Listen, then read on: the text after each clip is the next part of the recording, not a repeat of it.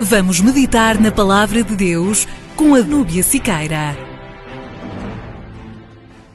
Vamos viajar para Macedônia hoje.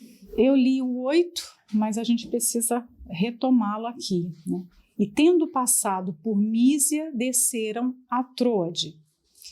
E Paulo teve de noite uma visão, em que se apresentou um homem da Macedônia e lhe rogou, dizendo: passa a Macedônia e ajuda-nos. Então, em Troade, uma viagem rápida, ele não fica muito tempo aqui, e naquele instante que ele está ali, é interessante porque fala que de noite teve uma visão, ou seja, nós não podemos entender que Paulo estava dormindo e teve um sonho, não fica claro, né? Fala de noite não precisa ser necessariamente dormindo, porque quando você dorme você tem um sonho, e visão você só tem quando você está acordado. Vocês conseguem perceber? Para ter uma visão eu preciso estar acordada com os olhos abertos, para poder ver alguma coisa, e para sonhar eu preciso estar dormindo, né? Então parece incoerente. De noite, ele teve uma visão, para mostrar que isso aqui não faz parte do sono natural, um sonho que a pessoa tem à noite, ou de uma visão simples, física. E aí vamos ver essa visão, que ela é muito interessante para a gente meditar. A vontade de Deus, ela vem e se revela para aqueles que têm desejo de obedecê-la, e ela pode vir de variadas formas. A melhor forma de se conhecer a vontade de Deus, eu falo sempre isso, é através da palavra, através da leitura da Bíblia. Se você quer ouvir Deus de forma audível, é só ler a Bíblia em voz alta, né? Se você quer saber o que ele aprecia, o que ele não aprecia, só ler as Escrituras, porque está ali, a revelação toda que nós precisamos para o fortalecimento da nossa fé está nas Escrituras. Mas muitas vezes essa vontade também se revela através de uma porta que se abre, de uma porta que se fecha, de uma pessoa que chega e faz um comentário. Então, quando nós não percebemos essa vontade clara nas Escrituras, e isso pode ser porque nós não lemos e meditamos como deveríamos, ou porque nós não estamos tão sensíveis ao agir dele, então ele precisa usar aquilo que está ao nosso redor. E nós vimos aqui uma ação do Espírito Santo anterior de impedimento de ir para a Ásia. A vontade de Paulo era qual? Pregar na Ásia. Ficou claro para a gente que ele tinha vontade de ir pregar o evangelho na Ásia, mas o Espírito Santo não queria que ele fosse para a Ásia, queria que ele fosse para a Europa, ou seja, continentes completamente diferentes. E aí ele usa situações que nós não sabemos quais e impede Paulo de ir para a Ásia. E agora ele vai mostrar, porque o Espírito Santo não demora. Quando você tem um coração desejoso em obedecer a Deus, a vontade dele vai ser revelada com prazer, óbvio. Ele vai mostrar, ele sabe o que há dentro de nós. E aí o Espírito Santo vem, naquela mesma noite que eles chegam a Troade, essa visão do macedônio. Aqui é um homem, né? Fala aqui, um homem da Macedônia lhe rogou. Ou seja, um homem que estava, rogo é uma súplica feita de um modo muito intenso, é quase um grito, a gente pode dizer que um grito de desespero. Alguém que está rogando é alguém que está implorando por alguma coisa, né? Aqui ele está implorando por ajuda. E ele fala, né? Passa a Macedônia e ajuda-nos. Tudo que o apóstolo Paulo queria saber era para onde ir. Ele queria fazer a vontade de Deus, mas ele não sabia para onde ir, né? Olha como é interessante. Então, a vontade de Deus estava naquele momento ali como que oculta para ele, como que coberta. Eu sei que eu tenho uma missão, eu tenho um chamado, eu tenho que pregar para os gentios, mas há um mundo de gentios. E Deus tem uma vontade específica do lugar. Parece que já seria suficiente se eu já dei a minha vida e agora eu só vou pregar. Quantos gentios tem aqui para eu pregar o evangelho? Mas não era assim. o Deus que chama, ele também tem uma agenda muito específica para cada pessoa. Ele tem um modo, é como eu comentei numa das meditações, é como se nós fôssemos uma pedrinha que precisa ser encaixada num projeto que é muito maior, que nós não compreendemos, que não é do nosso conhecimento o tamanho do projeto de Deus, e que você precisa se encaixar naquele projeto. Então não basta você falar, eu vou fazer a obra de Deus, eu preciso dia a dia me encaixar nesse projeto da obra de Deus. E quando Paulo tem essa visão, ele vê um homem num estado de desespero, num grito desesperador por ajuda. E não é esse o mesmo grito que a gente vê da humanidade hoje? Em todos os lugares, em cada país que a igreja está estabelecida, há um povo na ignorância que não conhece a palavra de Deus e que talvez não tenha noção do perigo que corre, porque a maioria das pessoas não tem essa noção, que caminha para o abismo, mas está ali, há alguém clamando por ajuda, como naquele dia que a gente foi lá no campo de refugiados. Por que é que o trabalho começou ali naquele campo, em Chipre, em Nicósia? Porque alguém estava clamando por ajuda. Tinha um macedônio lá, digamos assim, clamando por socorro. E o Espírito Santo, que vê o que nós não vemos, porque ele trata dessas súplicas íntimas, internas das pessoas. Ele sabe quem está pedindo com sinceridade, ele sabe quem deseja conhecê-lo. Você vê que para alcançar a mulher samaritana, o Senhor Jesus mudou o caminho para chegar e passar e se encontrar com ela justamente ao meio-dia. Para chegar até aquele eunuco, mordomo de Candace, o Espírito Santo tirou Filipe da Samaria e o fez ir lá para a estrada de Gaza. Não é? Então o Espírito Santo conhece a necessidade das pessoas, o seu grito mais íntimo. Só que muitas vezes nós não temos sensibilidade para ouvir esses gritos, porque nós estamos tão ocupados com a nossa própria vida, com os nossos próprios, digamos, sofrimentos e necessidades, que nós perdemos os ouvidos para ouvir. Se a gente estivesse realmente ouvindo o tempo todo os gritos, né? Porque quem está rogando, quem está gritando, não pode esperar. Quando alguém está num estado de emergência, tá? Numa necessidade extrema, a pessoa grita e quem está à sua volta vai ter que parar o que está fazendo para dar socorro. Por exemplo, não dá tempo de você, não, eu vou socorrer, mas peraí, eu estou procurando um negócio na minha bolsa aqui, eu preciso fazer uma ligação. Não. Quem vive uma situação extrema precisa de ajuda naquela hora. Então, essa passagem bíblica aqui, ela é muito pertinente para nós que fazemos a obra de Deus, principalmente pastores e esposas, porque nos coloca bem atentos à forma como fazer a obra de Deus. Porque, às vezes, a pessoa até está fazendo, mas ela está fazendo com esses ouvidos displicentes, que não escutam os pedidos de ajuda, que não conseguem ver a verdadeira necessidade. Até nos lugares mais ricos, de pessoas mais intelectuais, há uma humanidade ali perecendo, há um povo que jaz nas trevas. Lembra que quando o ministério do Senhor Jesus surgiu, você vai ver lá a descrição nos evangelhos, um povo que jazia em trevas viu a luz.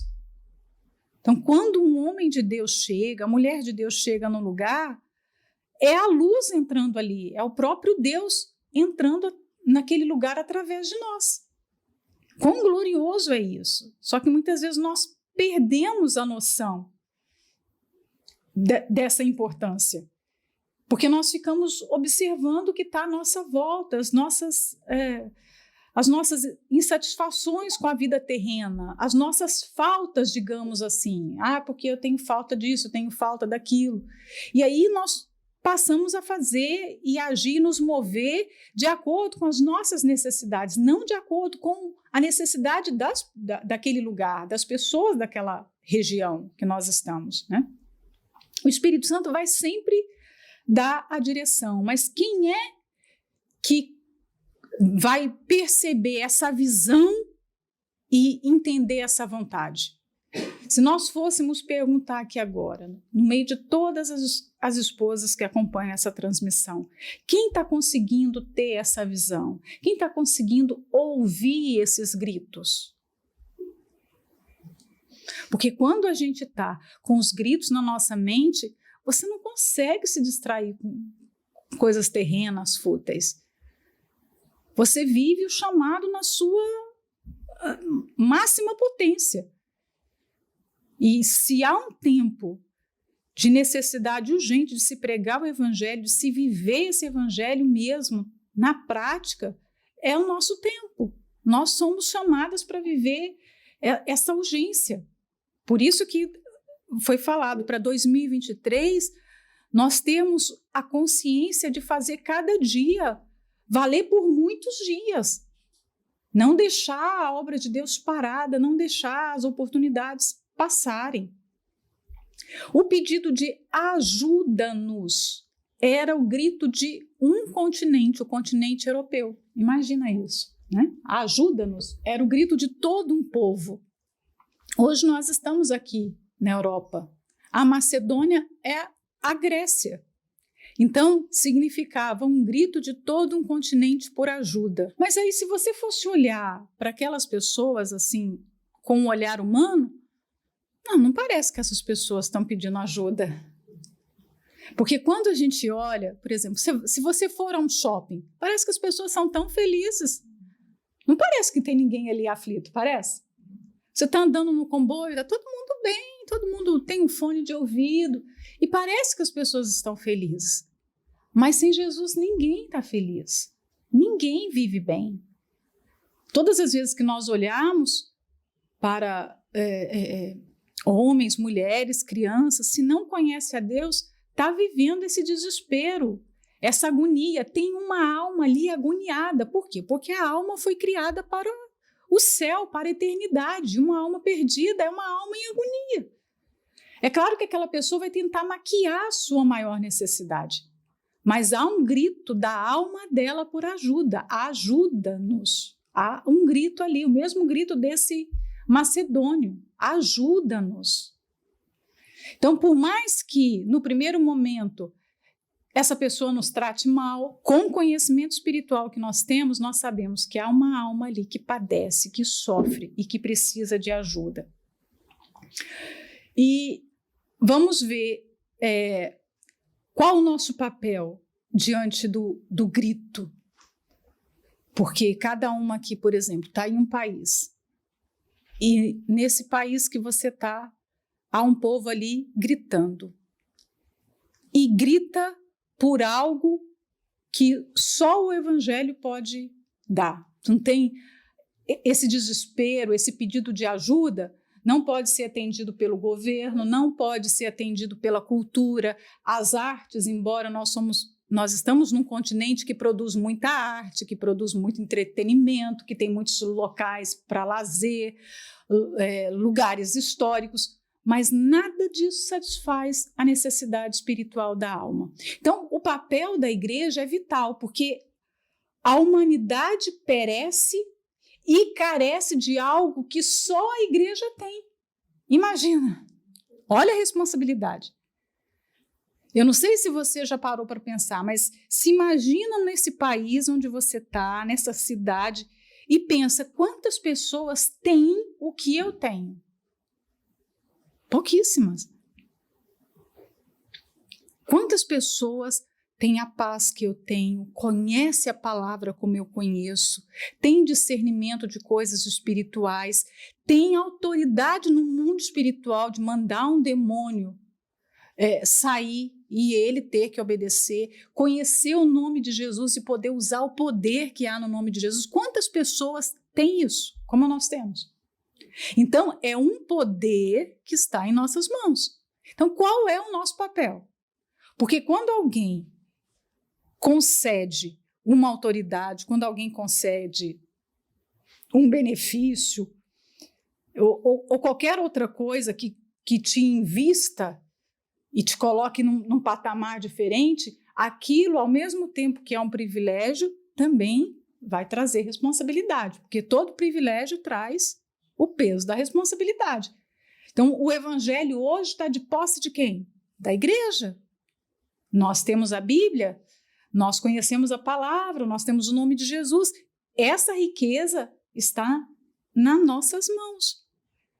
Está em posse da igreja. E aí, o que nós fazemos com essa riqueza? Porque isso vai ser cobrado de nós. A gente não pode esquecer dessa palavra nunca. Então, se eu deixo de ouvir o pedido de socorro, ou deixo de me situar na posição que Jesus me colocou, olha, eu preciso, como igreja, ser responsável com o chamado, ser generosa, porque um dia esse chamado foi dado gratuitamente, um dia essa riqueza me foi dada gratuitamente, todas nós. Porque você para e pensa assim, mas por que Deus me escolheu? Vocês já pararam para fazer essa pergunta? Por que Deus me escolheu? Às vezes a gente chega a ficar constrangida. Por quê? Nós não éramos as melhores. Muito pelo contrário, Deus escolhe as coisas loucas, então nós éramos as piores. Não é? Mas Ele nos escolheu e nos concedeu um privilégio altíssimo. Mas aí, isso foi de uma forma gratuita, nós não merecíamos esse favor, isso se chama graça, não merecíamos. O que foi feito por nós é impagável, ninguém consegue retribuir. Né? E agora, o mínimo que a gente pode fazer é o quê? Levar essa mesma palavra para as outras pessoas. É só isso que Ele pede. Imagina, é isso que Deus quer de nós hoje. E nós temos uma única vida. E será que nós vamos desperdiçar essa vida? Essa vida que passa tão rápido, essa vida que sai assim pelo meio dos nossos dedos. Porque no ano de 2022 mesmo, nós tivemos o exemplo disso. Quantas pessoas importantes morreram? Partiram assim. E quantas não vão morrer agora em 2023? Por quê? Porque a vida é isso. Às vezes nós só nos damos conta quando nós vemos pessoas ilustres morrendo. Mas essa é a vida que acaba num piscar de olhos. Hoje nós estamos aqui, mas é certo que em algum momento, se Jesus não voltar ao nosso corpo, vai dar sinal de desgaste e nós vamos partir. Então nós só não sabemos quando. Pode ser 2023, pode ser 2024, pode ser daqui 10 anos, mas vai acontecer. Então, eu só tenho uma vida. E nessa vida eu tenho poucos dias. Como é que eu vou responder ao privilégio que me foi dado? Como é que eu posso desperdiçar essa oportunidade de servir a Deus? Se nós pararmos e analisarmos, Ele poderia ter escolhido anjos. E os anjos responderiam a esse privilégio com todo o prazer do mundo. Porque anjo é perfeito. Anjo não precisa se alimentar várias vezes ao dia como a gente. Anjos não tem problema de hormônio como a gente tem. Anjo não precisa dormir. Olha, eles fariam tão melhor do que a gente, tão melhor. Anjo não precisa comprar roupa, não precisa tomar banho, nada disso. Anjo, olha isso. Mas não. Imagina, o privilégio que foi nos dado, gente, é tão grande, que se um anjo quisesse tomar o nosso lugar, um anjo chegasse e falasse, vamos fazer um acordo, você toma o meu lugar e vamos entrar nessa parte, vamos pensar. Se um anjo chegasse agora, por favor, vamos trocar, esse anjo é tão legal, você não imagina, olha, eu atravesso paredes, eu saio voando por aí, eu recebo missões e vou para vários lugares sem precisar de avião, de ônibus, nada disso. Mas a gente teria que responder com o quê? Não. Por quê? Porque ser anjo é muito menor do que ser ser humano.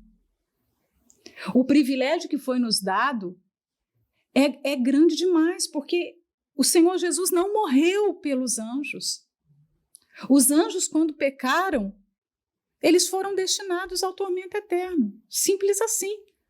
Não houve chamada para o arrependimento. Não houve um plano para a redenção. Aos anjos foi destinado o serviço como criaturas. A nós, o serviço, mas como filhos. E os filhos ficam sempre em casa, como Jesus disse. Imagina isso. A eternidade ao lado de Deus, com todos aqueles privilégios do Apocalipse, para os filhos, não para anjos. Então, se um anjo chegasse agora e falasse, olha, vamos trocar de lugar, você tem que falar o quê? Não, de jeito nenhum, não posso. Porque nessa troca eu vou perder.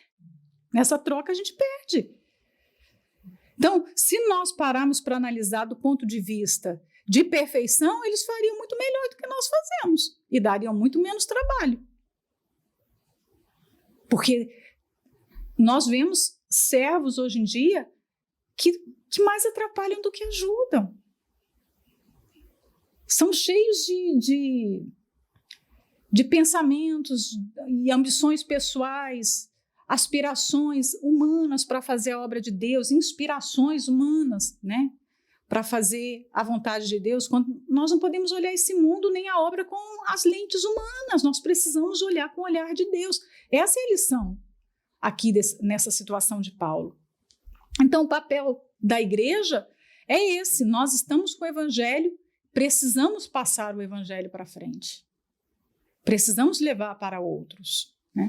Assim como foram generosos conosco, alguém orou, alguém jejuou por nós, alguém pregou a palavra e essa palavra chegou até nós, alguém sacrificou por isso que nós conhecemos a palavra, e eu também preciso fazer o mesmo esforço. Primeiro, porque é urgente, não dá mais para esperar, eu coloquei aqui. Por que nós precisamos ouvir o grito e responder imediatamente? Porque é urgente. Porque aqueles que estão clamando são pessoas, são almas, e almas são preciosas para Deus. Terceiro, porque nós precisamos responder com gratidão ao que nos foi feito.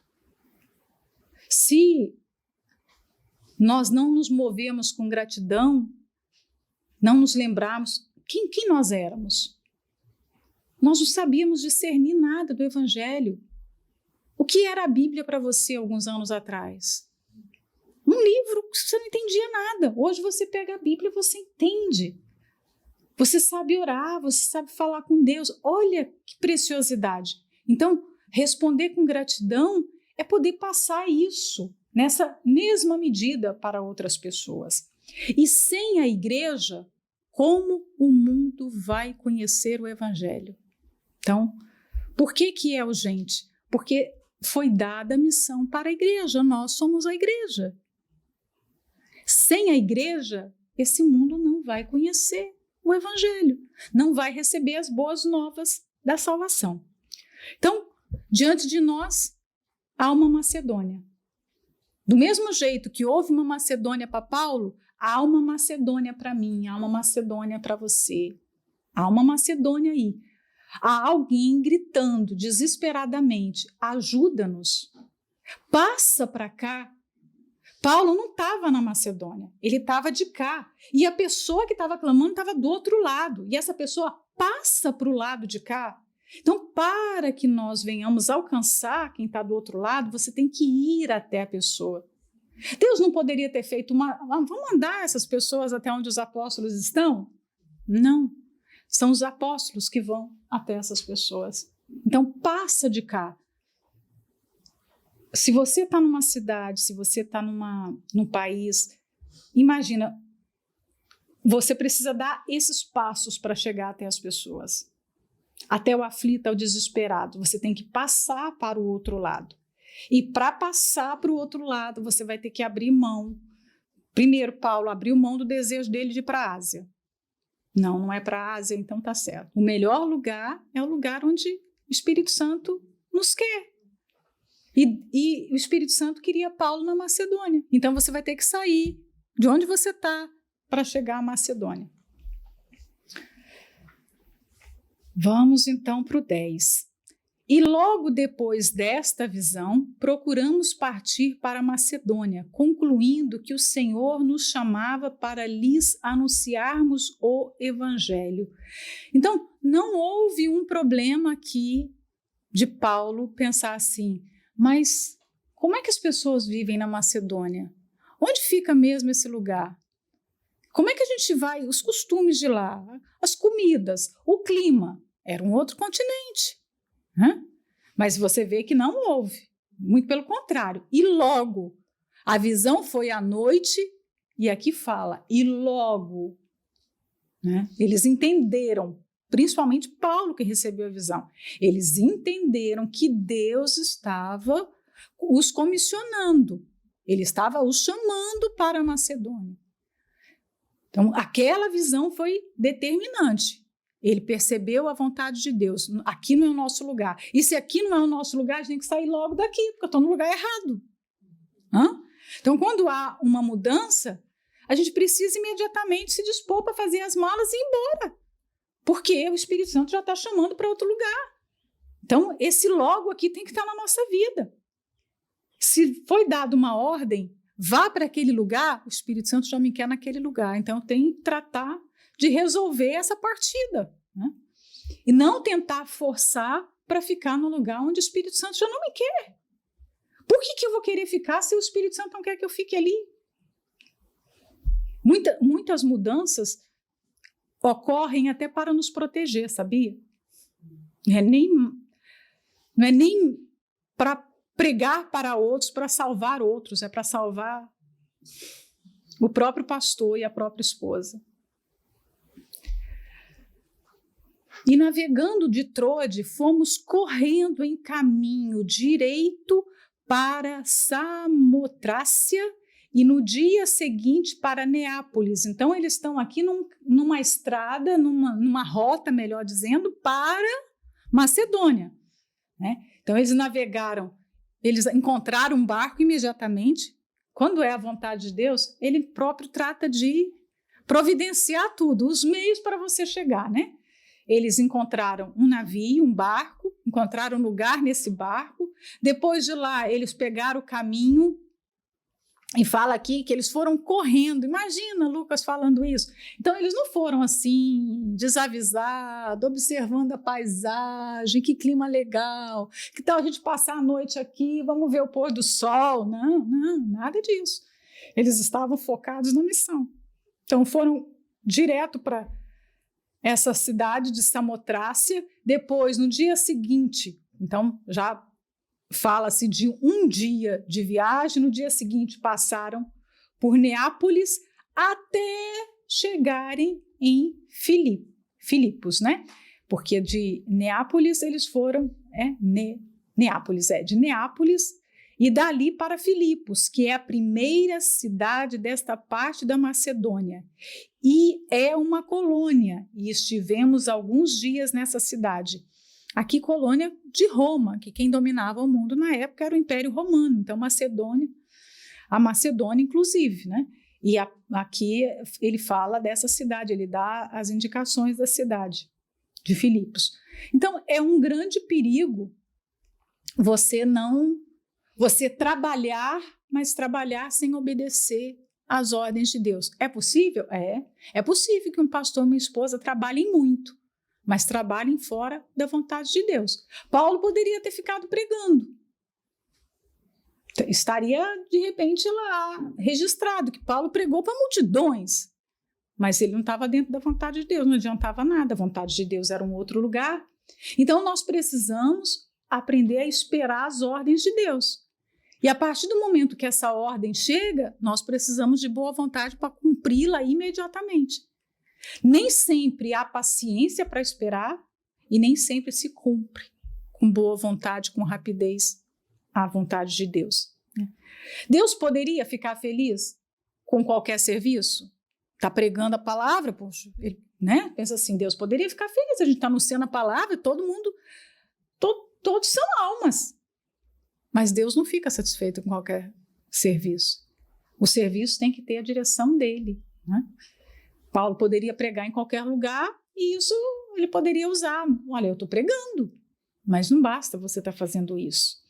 E quem é que consegue esperar pacientemente pela revelação da vontade de Deus? Porque imagino Paulo como um homem muito determinado, antes até impulsivo, um homem que não dependia de ninguém, ser obrigado a esperar para saber qual a vontade de Deus.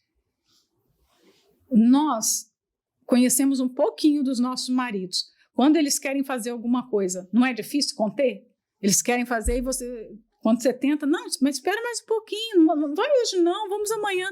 É difícil você segurar. Você imagina Paulo querendo pregar e o Espírito Santo, não vai, também não vai. Imagina ele frustrado ali. E aí você esperar qual é a vontade de Deus. Mas em muitos momentos da vida a gente precisa dessa busca paciente. O Espírito Santo mostra o que o Senhor quer que seja feito. Porque o não ficar, aquela vontade, eu não quero ficar parado. Ficar parado não é bom. Mas também sair fazendo coisa pela nossa cabeça é pior ainda. Por isso que se nós tivermos essa maturidade para buscar, esse desejo de buscar a vontade de Deus, Ele vai se revelar. E a gente não vai perder tempo, energia, não vai se cansar com um trabalho que não é a vontade dEle.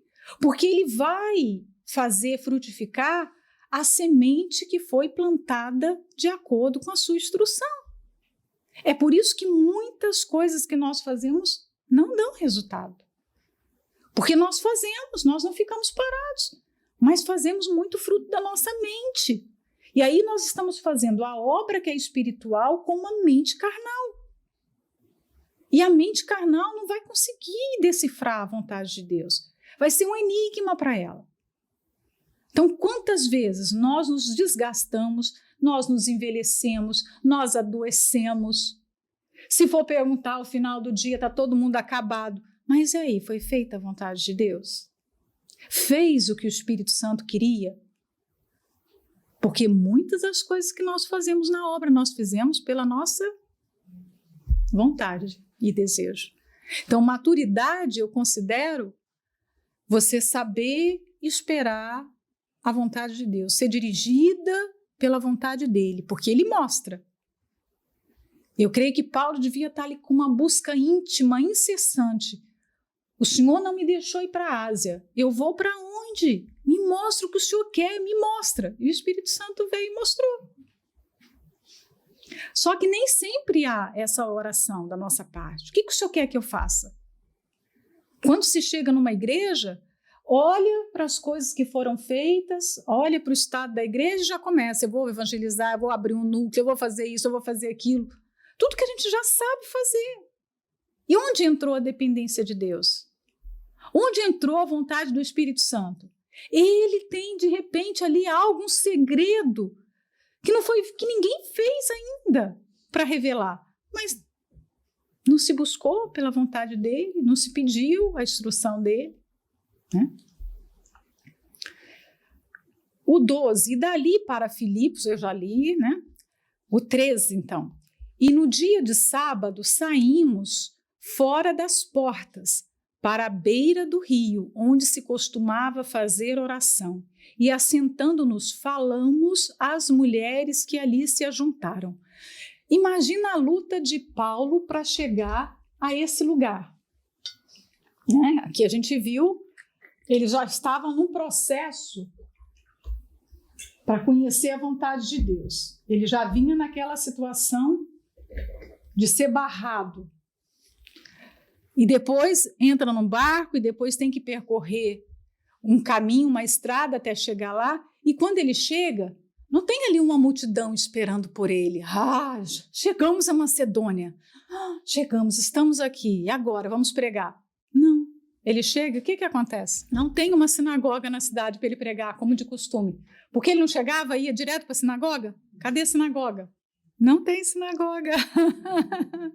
Prazer, Paulo. Não vai ser como antes. Para ter uma sinagoga, era preciso 10 homens fiéis, 10 judeus fiéis, praticantes mesmo do judaísmo, que se reuniam e aí se fundava uma sinagoga. Sem, no mínimo 10, não se podia fundar a sinagoga. Significa que nessa cidade não havia 10 homens convertidos. Olha só, um local de pouquíssimos convertidos, de poucas pessoas da fé.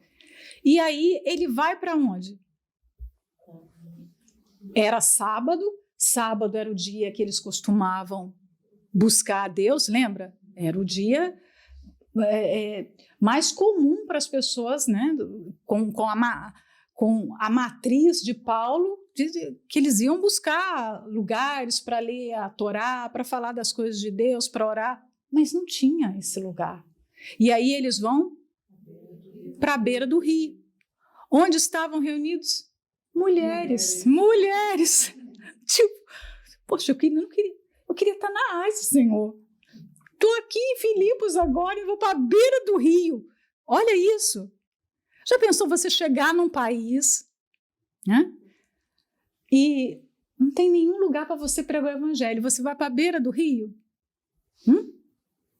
Vamos ver, as mulheres estão aqui na beira do rio. É aqui, esse é o nosso púlpito. No momento, por enquanto, o púlpito de Paulo era à beira do rio, né? Essas mulheres costumavam se reunir ali para orar. Então, o grupinho de pessoas que ficava ali era um grupo de pessoas que temia a Deus. Ele não fazia ideia disso, mas o Espírito Santo sabia, né? E eles se assentaram e começaram a falar com algumas mulheres e elas todas se juntaram, próprias de mulher, né? E começou a vir gente, começou a se juntar pessoas ali. Parece algo muito insignificante, só que olha o que vai acontecer. E uma certa mulher chamada Lídia, vendedora de púrpura da cidade de Tiatira e que servia a Deus, nos ouvia. E o Senhor lhe abriu o coração para que estivesse atenta ao que Paulo dizia. A gente vai ter que agora cortar esse versículo, né? Vamos dividir. Lídia era uma mulher influente, porque para vender púrpura naquela época, a púrpura era uma cor, o roxo misturado, o vermelho quando você mistura com azul fica aquela cor roxa, né? Eu não sei se vocês conhecem por esse nome, mas na antiguidade, hoje você consegue cores assim com misturas químicas, mas naquela época as cores eram naturais, feitas de produtos orgânicos. Tanto é que os pintores do passado, os pintores famosos, eles faziam a sua própria tinta. Não tinha casa de arte para você ir lá comprar tinta e um painel assim, ó, com todos os tons de verde, com todos os tons terrosos, todos os tons de amarelo. Não. Você precisava ir na natureza e preparar a sua tinta, né? Então, nós estamos num tempo aqui que essa cor, por exemplo, vinha de marisco, de molúsculos. Então, era uma cor muito cara. Quem tinha algum tecido que era tingido com essa cor eram pessoas de posse. Ela ser uma vendedora de púrpura é porque ela era uma grande comerciante. Ela não era uma mulher qualquer. Era uma mulher ilustre ali na cidade, que tinha posses. E aí fala-se que ela poderia ter sido uma mulher solteira ou uma viúva, né? Porque ela tinha uma casa, ela tinha pessoas ali que trabalhavam com ela, que você vai ver no versículo mais embaixo. Mas ela não era de Filipos. Ela era da onde? Tiatira. Tiatira fica onde? Ásia, Turquia. Onde é que Paulo queria ir? Você está vendo como Deus age? Ele vai ganhar uma pessoa da Ásia, que vai ganhar muitas outras pessoas. Então, a forma como Deus trabalha é como se ele estivesse tecendo um tapete lindo, lindo. Sabe aquela tapeçaria de colocar na parede? Linda, linda. Mas uma vez, há muitos anos atrás, eu ouvi esse exemplo e eu achei fantástico. A criança ficava pequena, vocês conhecem, com certeza vocês conhecem, porque é antigo. A criança ficava brincando no chão, aos pés da mãe que bordava um grande tapete. E ela lembra de brincar o tempo todo ali, e ela via a obra que a mãe estava fazendo e achava muito feio. Como é que a mãe ficava ali tanto tempo trabalhando naquele tapete, naquele pano? Porque ela estava vendo por onde? Pelo fundo, ela via a parte de baixo. Aí, o dia que a mãe terminou e colocou aquela tapeçaria na parede, que a criança viu, que desenho lindo.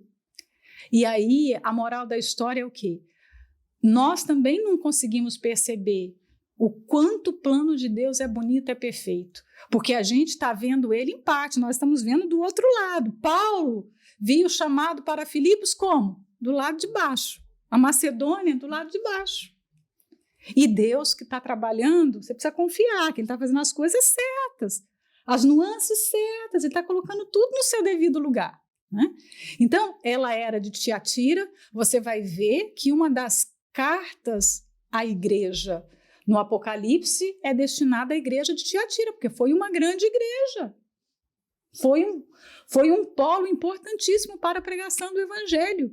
Imagina, que inclusive de Tiatira sai aquela grande repreensão a Jezabel, outra mulher. Então, Tiatira foi um local de muitas mulheres. Né? Lídia já servia a Deus.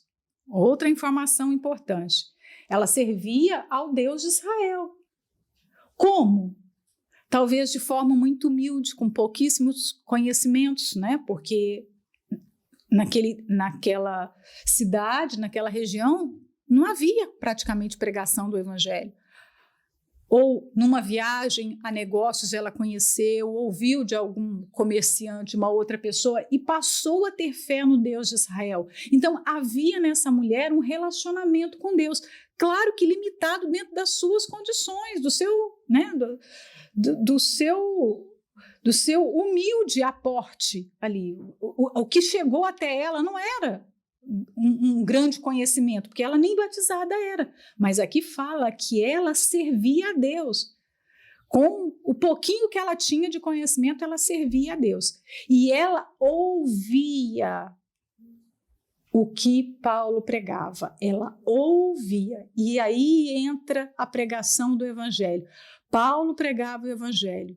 E por quê? Alguém prega o evangelho e do outro lado alguém ouve, então ali nasce a fé, nasce o arrependimento, ali se é criado o mundo de Deus dentro daquela pessoa. Né? O evangelho, a fé só vem quando há a pregação do evangelho. Sem a pregação do evangelho, não há salvação, por quê? Porque não há fé. Simples assim. Se não houver a pregação da palavra, não vai despertar a fé, porque a fé vem, lembra que nós lemos? A fé vem pelo ouvir, e o ouvir da palavra de Deus. Então a palavra precisa ser pregada. Então ela ouvia. E aí o que aconteceu? Deus lhes abriu o coração. Então quando nós pregamos a palavra de Deus, pode parecer que não, assim, no primeiro momento, aos olhos humanos, pode parecer que não teve resultado nenhum. Parece que não aconteceu nada. Mas nós temos uma promessa maravilhosa, que a palavra de Deus nunca volta vazia. Aconteceu alguma coisa. Mesmo que você não viu, mesmo que você não ouviu, aconteceu alguma coisa. Então, Paulo pregou, ela ouviu, nasceu a fé e por isso o Espírito Santo trabalhou no coração dela aqui, ó, e ele, o próprio Deus, abriu o seu coração. Então, quando uma pessoa se converte, a glória é para o pastor? A glória é unicamente do Espírito Santo, porque ele faz tudo. A palavra é dele, é ele que desperta a fé, é ele que produz o arrependimento, é ele que abre o coração da pessoa. Então, a glória é toda para ele, né? E ele abre o coração da pessoa e faz com que ela fique, olha a última informação, atenta. Então, as pessoas que estão no nosso meio e que não são atentas ao momento que nós estamos vivendo, a palavra que está sendo pregada, ela não está tendo a ação de Deus.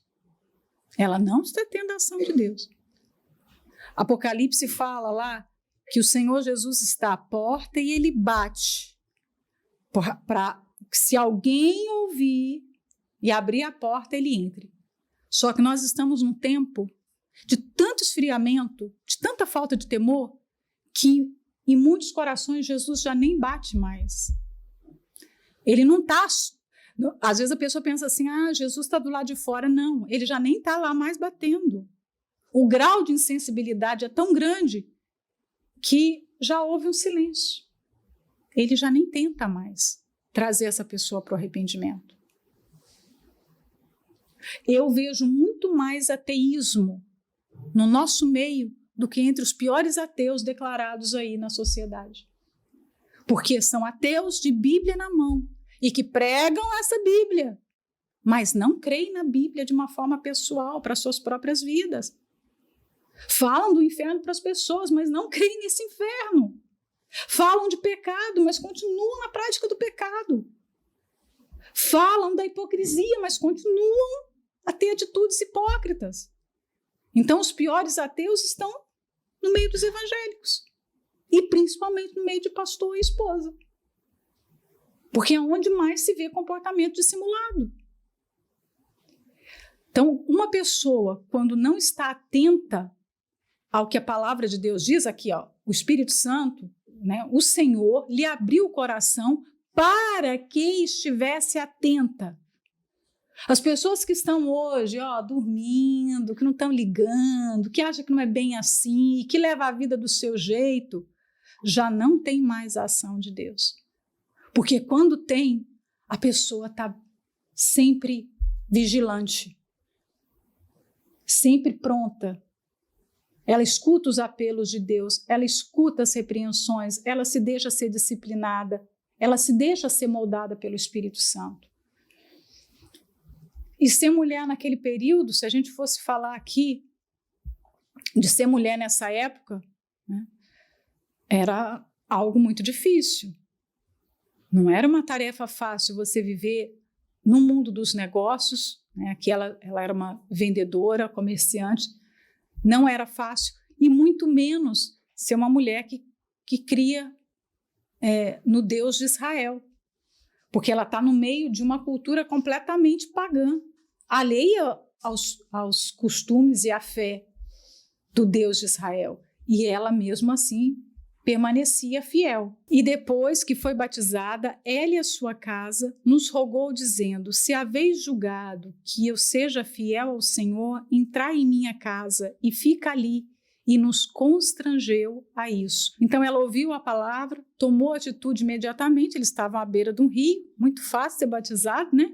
Mas o que te chama a atenção aqui? Ela e a sua casa. Olha o poder de influência da mulher. Como é fácil para a mulher influenciar outras pessoas. Foi nos dado esse grande poder. Claro que isso pode ser usado para o bem ou para o mal. Mas ela se converteu, o coração dela foi aberto e imediatamente ela levou, eu não sei quantas pessoas aqui, mas ela tinha uma casa, servos, parentes, filhos talvez, a gente não sabe. E essa casa também foi batizada, todo mundo aceitou a fé. Olha que coisa linda isso. E aí ela roga para o apóstolo Paulo, né? Olha a forma dela dizer. Era uma mulher extremamente ousada, né? Se haveis julgado que eu seja fiel ao Senhor, porque na mente dela eu só posso... Os senhores são homens de Deus, vocês só podem entrar na casa de uma pessoa fiel. Né? Olha só, e se os senhores nos julgam como pessoas fiéis, se eu sou uma pessoa digna de confiança, entra na minha casa e fica ali. Ou seja, ela já colocou a sua casa, o seu patrimônio, a sua reputação, tudo aos pés dos apóstolos ali. Olha, eu quero servir, como que eu posso ajudar? Então, um homem que tinha chegado agora, que não tinha lugar para ficar, né? Porque chegam... Aqui a gente pode pensar em Paulo, Silas, Timóteo e provavelmente Lucas. 4 homens, né? E aí os 4 já têm hospedagem garantida. E numa casa boa, comida boa, né? Olha só isso. Deixa eu ver se a gente pode ir até o 16. Não, é melhor a gente parar aqui. Então, para a gente terminar, o que nós fazemos com a nossa influência?